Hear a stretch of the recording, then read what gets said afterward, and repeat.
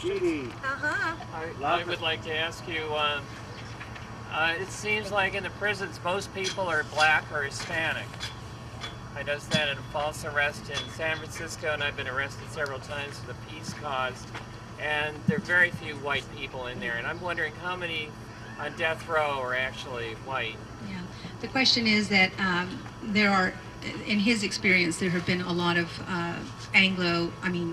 Hispanic people and African American people on death row, and yes, Texas has about the same distribution as everybody else. I mean, it really, you know, I never wanted to call the race card because we were raised in a very upper middle class Anglo neighborhood, and we didn't consider color at all in my family. And I really, for many years, I didn't want to call the race card. But after meeting you all, and I learned and I was educated that yes, there are more Latinos and African Americans on death row, and mostly poor people. I think that was probably our biggest thing, was we didn't have the money for a good lawyer. So actually, my brother has had about 10 state lawyers, and they you know, it's just horrific how it's just really tough. But I want to plug the Innocence Project, because the Innocence Project has accepted my brother's case, so they're working on it diligently. Thank you. Paul, did you have a question? Yeah, I was going to ask her if she ever met any of the other inmates' families from death row, and how do they feel? Thank you, Paul. Have I met any of the other death row inmate families?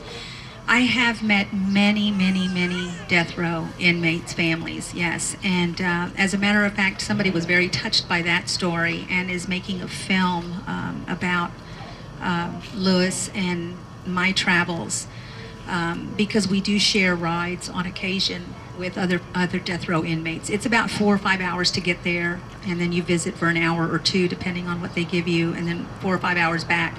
So it's a really long day, and we go each week. And we have become very dear friends with everyone. The sad thing about it is when when they get executed, we don't lose touch. We still keep in touch, and they come to our annual marches. And but yes, we absolutely have. We are one big family in this together. Yeah. Thank you, Paul. It's been very nice to meet you. Love you. Love you too.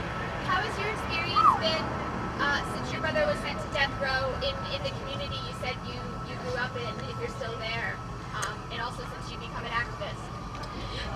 How has the larger community? How is the larger? Reaction okay, what's the reaction been?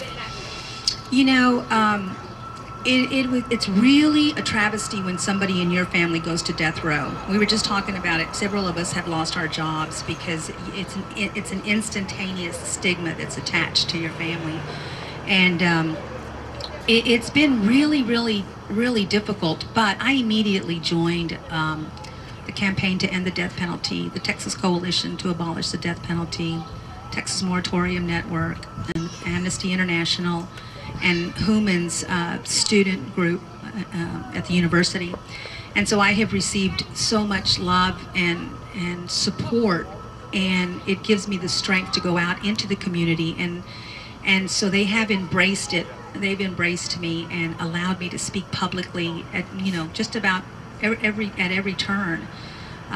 These stories need to be told, you know, and so there has never been anybody that has been rude or disrespectful at all, ever, in the last 9 years, except when we vigil in front of the governor's mansion. Every once in a while somebody will flip us off or whatever, but generally it's all been really positive, and we really appreciate that, because it's really the hardest thing that anybody could ever go through. It really is. But thank you. It's been nice meeting you too. Thank you, guys. Thank you.